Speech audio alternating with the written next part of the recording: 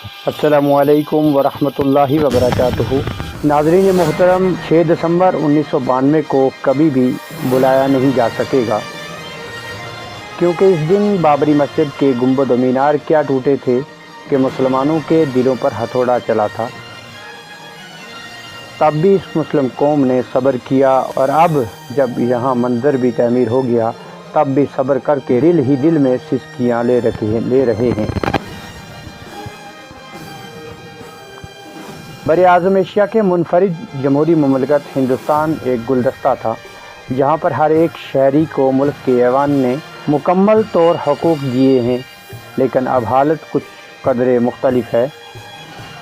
बाबरी मस्जिद की शहादत के बाद बाहमी हम आहंगी को धचका लगा है, और दूसरी इस मुसलमानों के मुतअद्दिद मजहबी मकामात पर भी मुल्क की मुख्तलिफ रियासतों के हाई कोर्ट में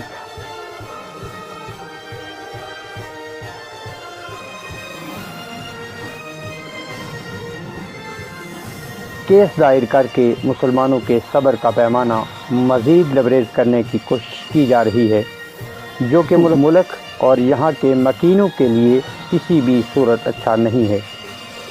भारत के शहर अयोध्या में बाबरी मस्जिद, जो ज़हीरुद्दीन मोहम्मद बाबर के नाम से मंसूब थी, जो 16वीं सदी में इसे मुग़ल सालार मीर बाकी ने तमीर किया था, कई बार तनाज़ात के बाद भर के अक्सरियती हिंदू ने मस्जिद पर चढ़ाई कर दी और इसे शहीद कर दिया, जिससे मुल्क भर में फसाद और हंगामा आराई में कई लोग जाँ बाक हुए। मामला अदालत में ज़ेर समाअत रहा। आखिरकार 9 नवंबर 2019 को इसी अजीम तरीन मस्जिद का फ़ैसला हिंदुत्व के हक़ में अदालत उज़्मा ने दे दिया। इस वक्त हदशा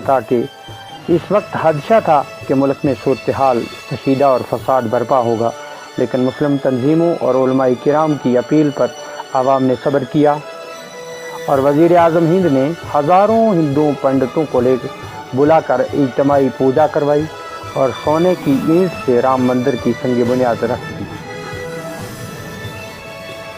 खैर, मस्जिद क़यामत तक मस्जिद ही रहेगी। अगर हुकूमती ताकत और अक्सरियत को देखते हुए सुप्रीम कोर्ट ने यह फ़ैसला सुनाकर एक बड़े कज़िया को ज़मीन बोस कर दिया, ताहम मुसलमान इस मस्जिद की शहादत को कभी भी नहीं भूल पाएंगे।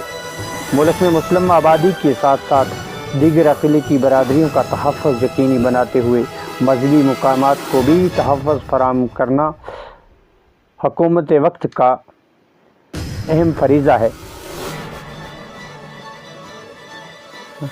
और मुल्क में अमन व अमान की फ़िज़ा ख़राब करने वालों को छूट देने के बजाय कानून के मुताबिक पाबंद बनाया जाए, क्योंकि उरूज को ही ज़वाल लाजिम है।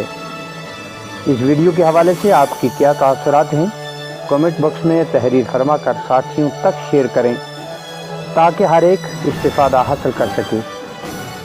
बहुत बहुत शुक्रिया। आपका खैर अंदेश मोहम्मद रियाज़ मलिक।